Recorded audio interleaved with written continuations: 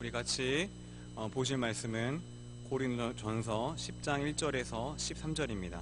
우리 오늘 같이 보실 말씀은 고린도전서 10장 1절에서 13절 말씀입니다. 고린도전서 10장 1절에서 13절 말씀, 여러분이 가진 성경책 신약의 274페이지에 있습니다.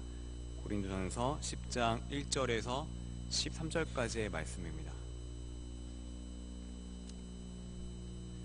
찾은 줄 믿고 교독하도록 하겠습니다. 형제들아, 나는 너희가 알지 못하기를 원하지 아니하노니 우리 조상들이 다 구름 아래 있고 바다 가운데로 지나며 다 같은 신령한 음식을 먹으며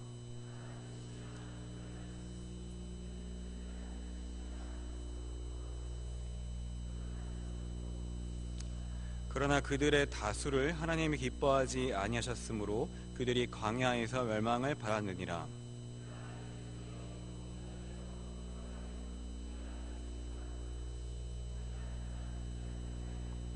그들 가운데 어떤 사람들과 같이 너희는 우상 숭배하는 자가 되지 말라. 기록된 바 백성이 앉아서 먹고 마시며 일어나서 뛰논다 함과 같으니라.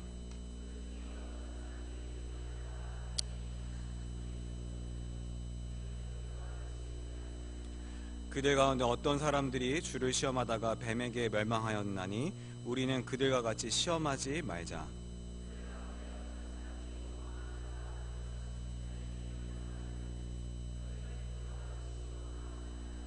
그들에게 일어난 이런 일을 본보기가 되고 또한 말세를 만난 우리를 깨우치기 위하여 기록되었느니라. 같이 읽겠습니다. 사람이 감당할 시험 밖에는 너희가 당한 것이 없나니 오직 하나님은 미쁘사 너희가 감당하지 못할 시험 당함을 허락하지 아니하시고 시험 당할 쯤에 또한 피할 길을 내사 너희로 능히 감당하게 하시느니라. 아멘. 한 번만 더 잠깐 기도하겠습니다. 사랑해 주님 아버지, 오늘 주의 말씀을 들을 때 오늘날 이 시간 가운데 아버지께서 들려주시는 음성을 듣게 해주시옵소서. 아버지, 사람의 말로 받지 아니하고 하나님의 음성으로 들었을 때 그들에게 많은 역사함이 있었던 것처럼 우리에게도 그런 역사 나타날 수 있도록 주님 붙잡아 주시옵소서.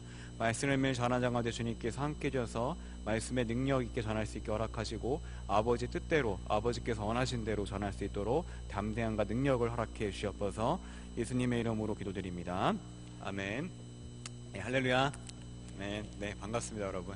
우리 한번 옆에 사람과 한번 인사해 보겠습니다. 모든 것을 주님의 영광을 위해 합시다. 시작. 모든 것을 주님의 영광을 위해 합시다. 한 번 더. 모든 것을 주님의 영광을 위해 합시다. 그다음에 한 번 더 하겠습니다. 하나님의 은혜를 사모합시다. 하나님의 은혜를 사모합시다. 네, 감사합니다. 네, 뭐 새벽 기도 때도 쓰고 섰지만 또 쓰니까 또 떨리네요. 되게 이렇게 이상하게 항상 쓸 때만 떨리는 것 같습니다. 오늘 제목은 은혜를 경험한 자가 조심해야 할 것이라는 주제를 갖고 여러분과 함께 은혜를 나누고자 합니다. 요즘 시대는 이제 칭찬과 격려를 많이 하라는 그런 말이 많습니다. 그런데 재미있는 것은 어떤 스탠퍼드 대학의 심리학과 캐롤 드웨 교수는 이제 뉴욕시에서 초등학생 5학년 학생들을 대상으로 재미있는 실험을 하나 했는데, 여기서 몇 명의 학생들은 이제 그들이 가진 선천적인 능력, 지능에 대해서 너는 똑똑한 아이야, 그런 것에 대해 칭찬해주고, B라는 그룹의 아이들은 이제 노력에 대해서 너는 참 노력을 열심히 하네, 앞으로 잘 될 거야, 이렇게 칭찬을 했다고 합니다. 근데 이렇게 비슷한 이런 A 그룹과 B 그룹이 있었는데 이들을 대상으로 이제 어떤 시험을 보게 했습니다. 시험을 보게 했는데 이건 아주 어려운 시험이 하면서 이들에게 똑같은 수준의 그 시험지를 줬습니다. 근데 좀 신기한 것은 뭐냐면 머리가 좋다고 칭찬한 그룹의 아이들은 오히려 이 문제를 굉장히 어려워했어요. 근데 반대로 너는 참 노력을 열심히 하네, 앞으로 더 노력하면 잘 될 거야 하는 친구들은 이 문제 괜찮은데요, 이렇게 오히려 더 쉬워했다는 것입니다. 그런데 더 놀라운 것은 나중에 채점을 해보니까 머리가 좋다고 이제 지능을 칭찬한 그룹의 학생들은 오히려 30% 떨어졌고 성적이, 오히려 그리고 넌 노력을 참 열심히 한다 이런 친구들 오히려 성적이 더 올랐다는 것입니다. 왜 이런 차이가 있을까요? 그것은 이 교수의 말에 따르면 이 노력을 강조하게 되면 아이들이 자신의 앞으로 노력을 통해서 더 개선되고 더 이제 잘 돼서 성공을 이룰 수 있을 것이라 생각을 하지만, 이런 지적 능력, 원래 가진 능력만 칭찬을 하게 되면 이 친구들은 조금의 난관만 부딪혀도 아 그래 난 머리가 안 좋구나, 난 이 정도밖에 안 되는구나, 이렇게 자신을 평가한다는 것입니다. 그래서 오히려 난간에 부딪힐 때 오히려 더 안 좋은 성적을 낼 수밖에 없다고 이야기하고 있습니다. 이렇게 칭찬이 오히려 역효과를 가져올 수도 있습니다. 그런데 이런 것과 비슷하게 오늘 성경에서도 잘못된 자신에 대한 생각이나 어떤 자존감이 우리 자신을 어긋날 수 있게 한다고 말하고 있습니다. 그러면 어떤 것이 그렇게 우리를 어긋날 수 있게 하는지 우리 말씀을 통해 살펴보도록 하겠습니다. 오늘 본문은 이제 고린도 전서이죠. 고린도 교회 이야기로서 여러분도 잘 아시겠지만 이 고린도 교회는요 굉장히 많은 문제들이 있었습니다. 이제 여러 수많은 문제들이 있지만 주요 문제들은 우상숭배, 혼인 문제, 당파 문제, 그리고 또 성에 대한 문제, 그리고 재판에 대한 문제 등 정말 많은 문제들이 있어서 오늘날 많은 교회들이, 문제가 있는 교회들이 그것을 보고서 해답을 찾기도 하는 그런 교회입니다. 이러한 문제들에 대한 고린도 교인들은요 이것에 점점 심화되는 것을 보고서 바울에게 조언을 구합니다. 그리고 바울은 그들에게 편지를 써서 이런 조언에 대해서 이야기를 하게 됩니다. 그리고 바울의 고린도 교회에 대한 최대의 관심은 이 교회가 건강하게 바르게 세워지는 것이었습니다. 오늘의 본문 10장 전의 9장에서는 바울이 자신이 복음을 위해서 많은 사람을 얻기 위해서 약한 사람한테는 자신이 약한 사람처럼, 그리고 율법이 없는 자들에게는 자신이 율법이 없는 자처럼 그들을 맞추겠다고 이야기합니다. 한마디로 말해서 눈높이가 바울이 이만큼 높아도 이만큼 낮춰서 더 많은 사람들을 구원에 이르게 하고 그들에게 복음을 전하는데 거리낌이 없게 하겠다고 이야기하는 것이죠. 근데 그러면서 이 바울이 뭐라고 하냐면, 운동장에서 다름질을 하는 사람이 자신의 상, 썩어지지만 그 얻을 상, 면류관을 향해서 급하게 뛰어가는 것처럼 자신도 썩어지지 않을 영원한 상급을 위해서 달려가겠다고 9장에서는 이야기하고 있습니다. 마지막에 그러면서 바울은 내가 복음을 다 전한 후에 오히려 내가 버림받지 않도록 내 몸을 쳐서 복종하겠다고 이야기합니다. 이 버림받는다는 표현이 잘못 들으면 마치 구원에서 떨어지는 것처럼 우리가 이야기를 할 수 있고, 또 어떤 데서는 우리가 그래서 구원에서 떨어지지 않게 조심해야 된다 이런 말을 하는 데도 있습니다. 그렇지만은 여기서 쓰인 버림받겠다는 표현은 어떤 내가 구원에서 떨어지거나 바울이 그런 뜻으로 쓴 것은 아닙니다. 우리 로마서, 바울이 똑같이 쓴 로마서를 보게 되면, 로마서 8장에 보게 되면 하나님이 한번 택한 사람들, 하나님이 한번 미리 구원하기로 예정한 사람들은 칼이나 박해나 기근이나 적신이나 그 어떤 권세나 피조물도 그리스도의 사랑 안에서 끊을 수가 없다고 분명하게 이야기하고 있습니다. 이 버림받는다는 말은 어떤 구원의 측면이 아니라 자신이 상급받을 만한 자격을 박탈당한 것으로 우리는 봐야 될 것입니다.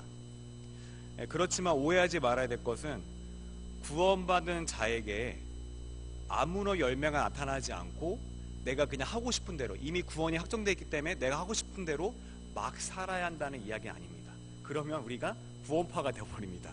그것이 아니라 구원받은 사람은 자신의 주인의 음성에 귀 기울이고 그 음성을 따르게 되어 있습니다. 양은 누구의 음성에 귀 기울인다고요? 목자의 음성을 따른다고 성경은 분명히 기록하고 있습니다.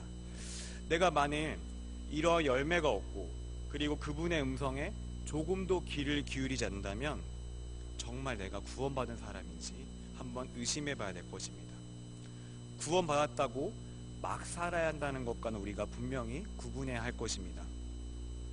이어서 이제 오늘 본문 10장에서는 바울은 광야에서 연단을 받던 이스라엘의 그 사건들을 쭉 마치 파노라마처럼 쭉 이야기를 하고 있습니다. 첫 번째로 우리 보시면 10장 2절에 보게 되면 구름과 바다에서 세례를 받는다고 이야기하고 있습니다. 이 사건은 뭘 말하냐면은 바로 홍해 사건입니다. 홍해 바다가 갈라지고 그것을 걸어가 이스라엘의 그 사건을 바울은 하나님께서 세례를 줬다고 표현하고 있습니다. 이스라엘의 그런 홍해가 그 열린 길로 간 것은 굉장한 은혜의 축복이었고 그들이 은혜를 경험했던 그런 영광스러운 사건 중에 하나였습니다. 두 번째로는 이스라엘 사람들은 광야 가운데서 신령한 음식과 음료를 먹었다고 이야기합니다. 이것은 이스라엘을 돌보던 성령 하나님의 사건으로서 실제로 여러분도 잘 아시겠지만 그들에게 뭐를 먹였죠? 만나와 메추라기를 먹였던 것을 우리가 알 수 있습니다. 제가 실제로 이스라엘에 가서 광야를 보니까 정말 아무것도 없어요. 정말 아무것도 없어요. 아무것도. 정말 근데 거기서 그들을 40년 동안 먹인 거는 하나님의 기적인 것입니다. 그래서 그리고 또 뿐만 아니라 만나 메추라기를 먹였고 또 무리바 마사 사건에서는 모세가 반석을 2번 침으로써 물이 나오게 되고 그들이 그 물을 마실 수가 있었습니다.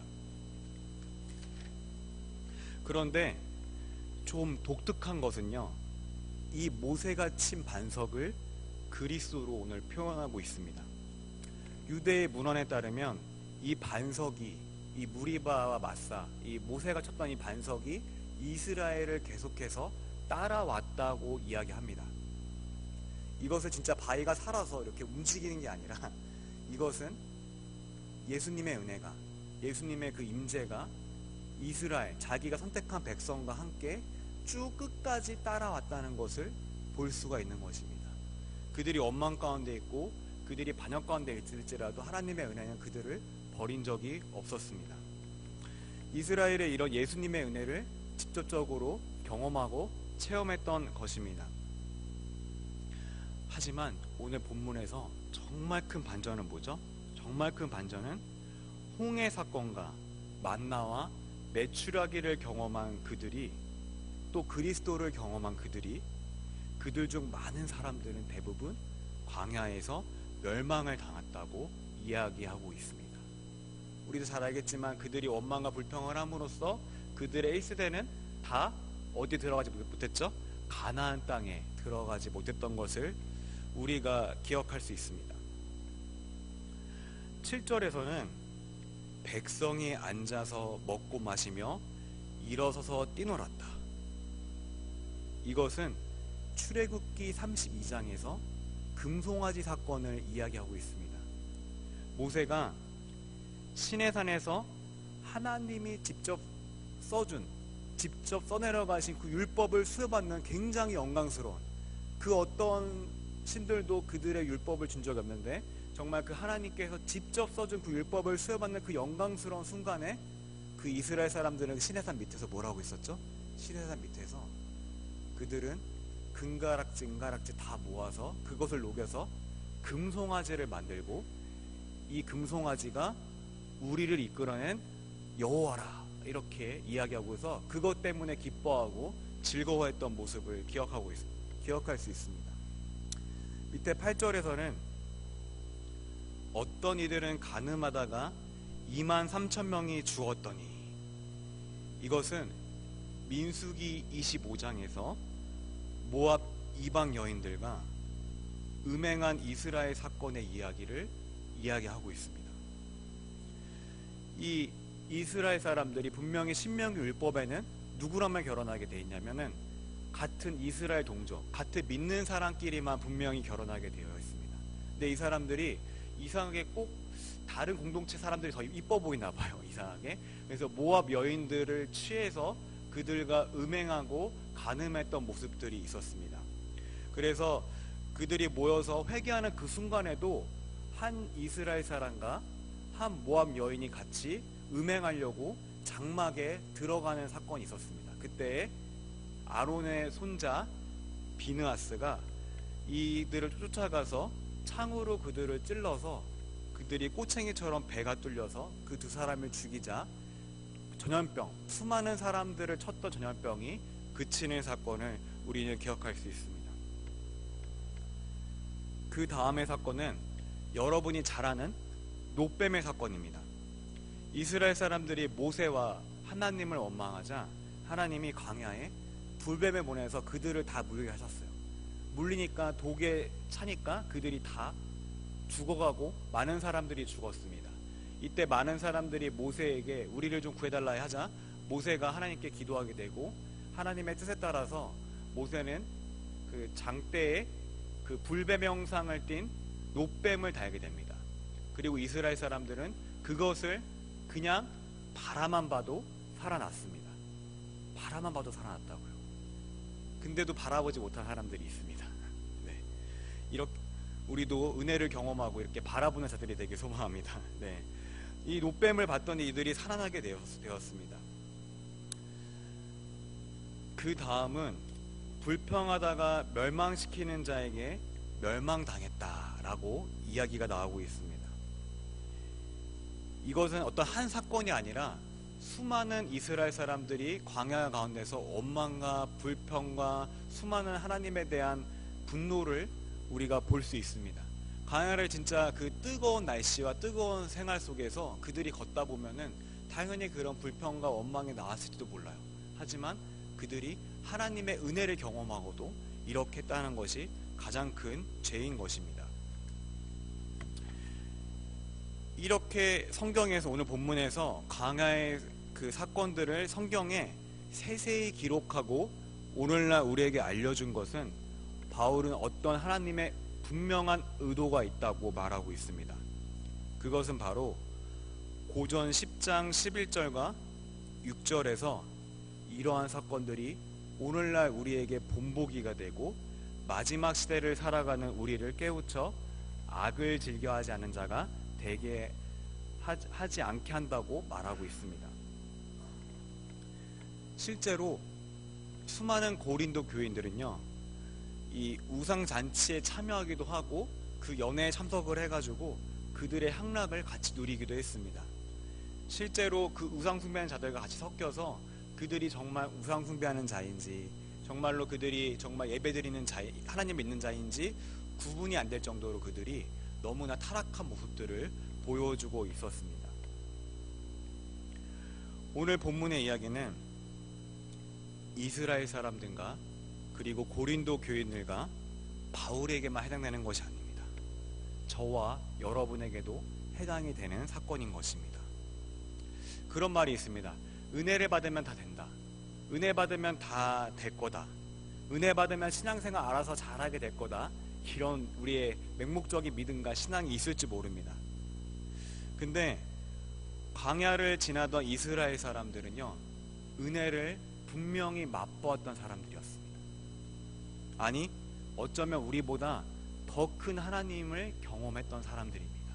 실제 그들은 불기둥과 구름기둥을 계속해서 보았고 실제 하나님의 임재를 경험하기도 했고 실제로 수많은 하나님의 기적과 역사를 경험한 사람들이었습니다.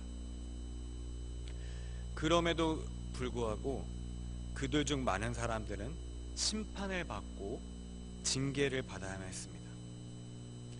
그들이 결코 은혜를 경험하지 못해서 이런 행동을 한 것이 아닙니다.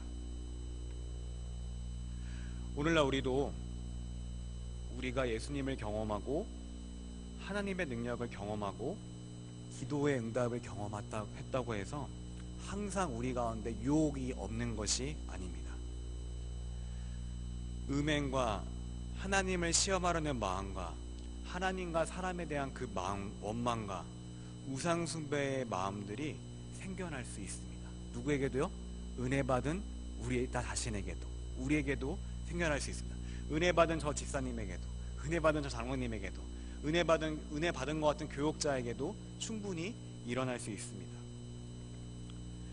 여기서 우상숭배는 단순히 어떤 우리가 지금 요새 막 이렇게 뭐 만드는 사람 많지 않잖아요.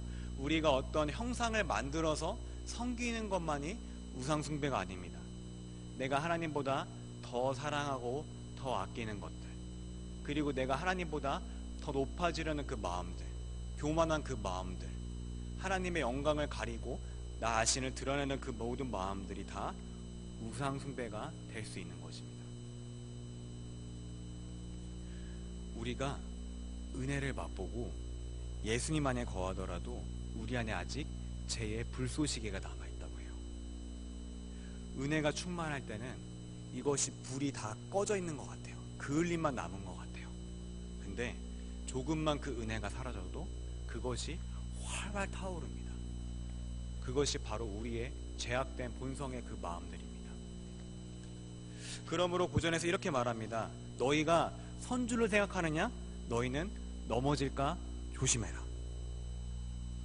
내가 지금 하는 봉사의 일과 내가 하는 모든 영역에서 사람들에게 인정을 받고 존경을 받을 때 오히려 넘어질 수 있는 절호의 기회란 것입니다.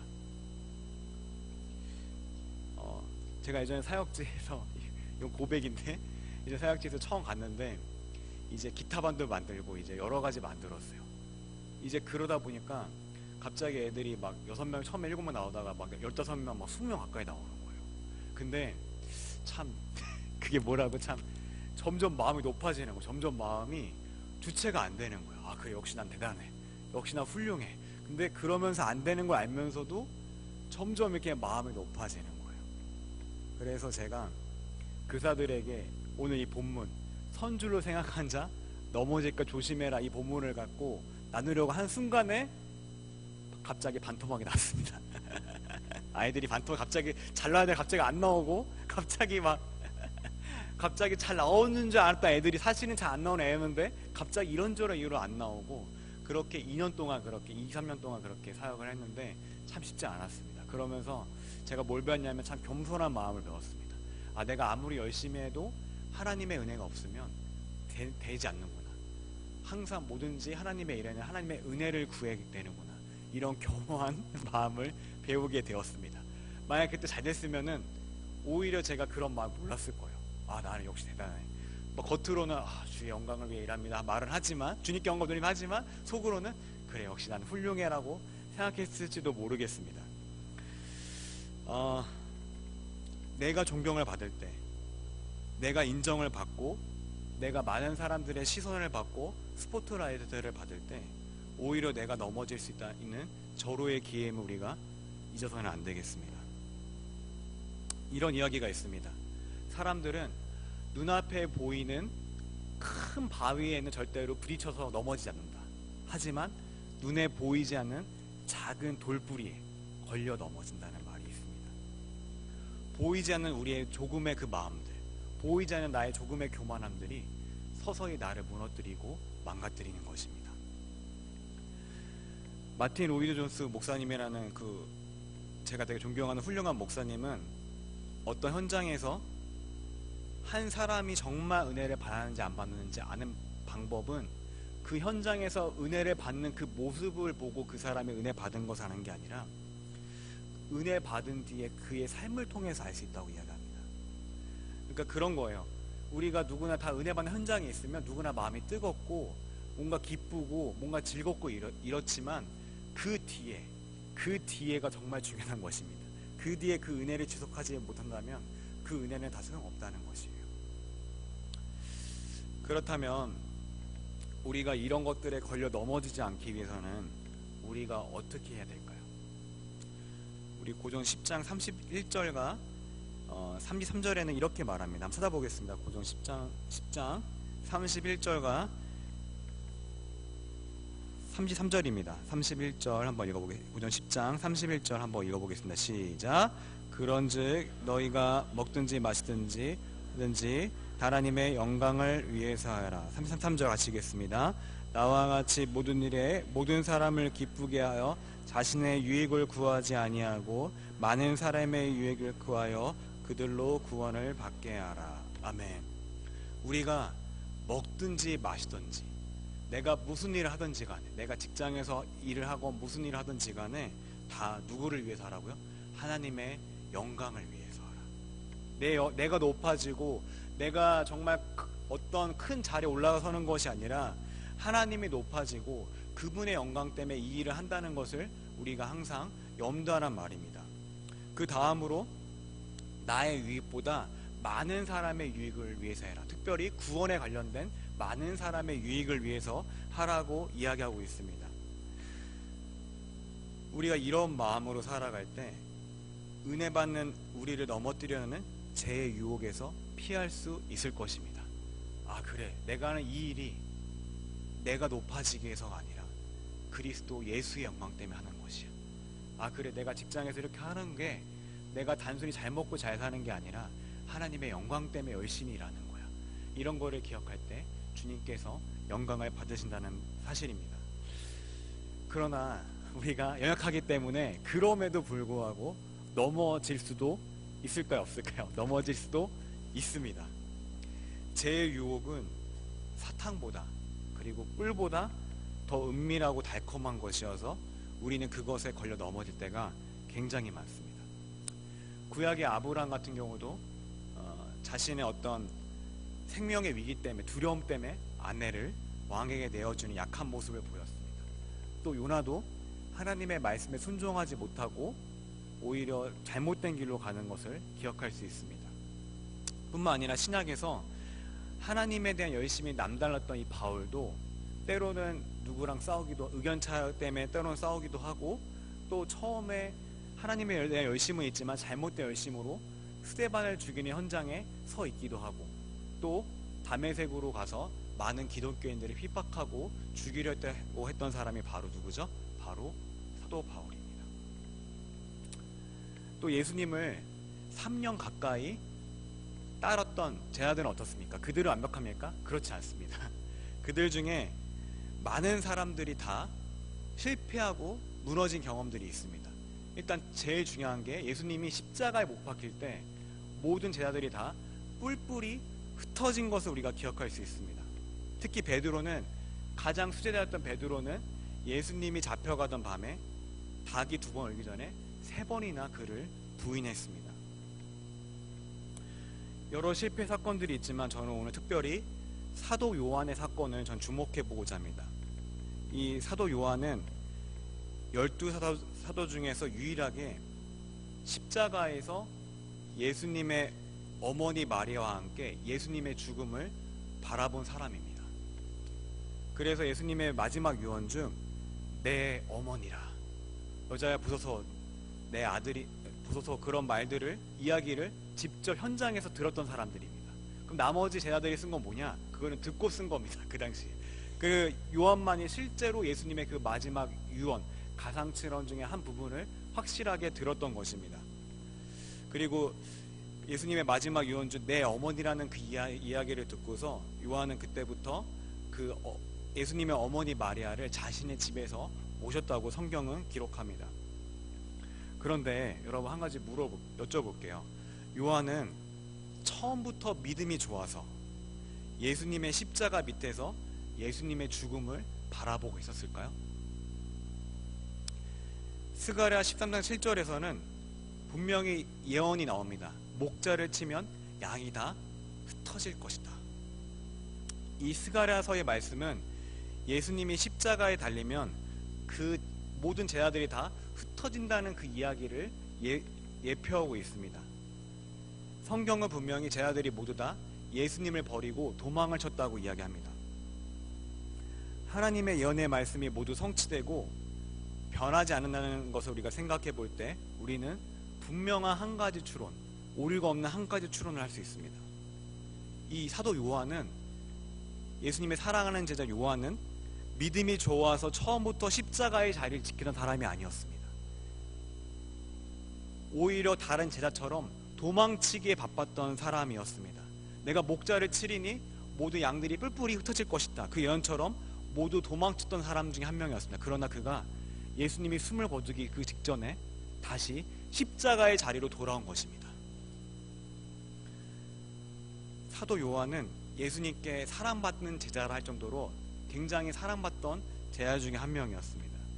그런데 그가 가장 결정적인 순간에 예수님을 버렸다가 이제라도 다시 돌아와서 예수님의 십자가 앞에 다시 선 것입니다.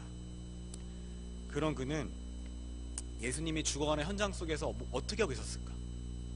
아마 예수님이 죽어가는 현장 속에서 고개만 떨구고 눈물만 뚝뚝 흘렸을 것입니다.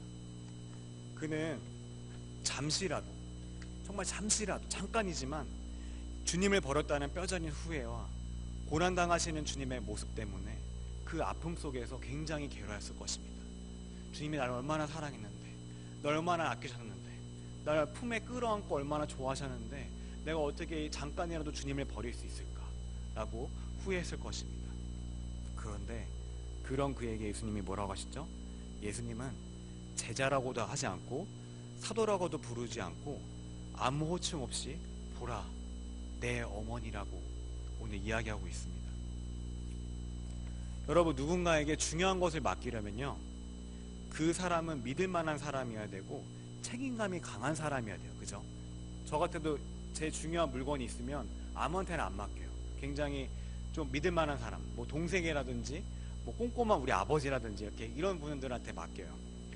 약간 덜렁거리시는 어머니한테 안 맡겨요. 예, 못 들은 걸로 하시고. 자, 그래서 하여튼 근데 중요한 거는 예수님은 자신을 버리고 도망쳤던 이 제자에게, 어떻게 보면 배신했던 이 제자에게 자신의 소중한 누구를 맡겼죠? 어머니를 맡겼습니다. 이것은 자신을 부인했고,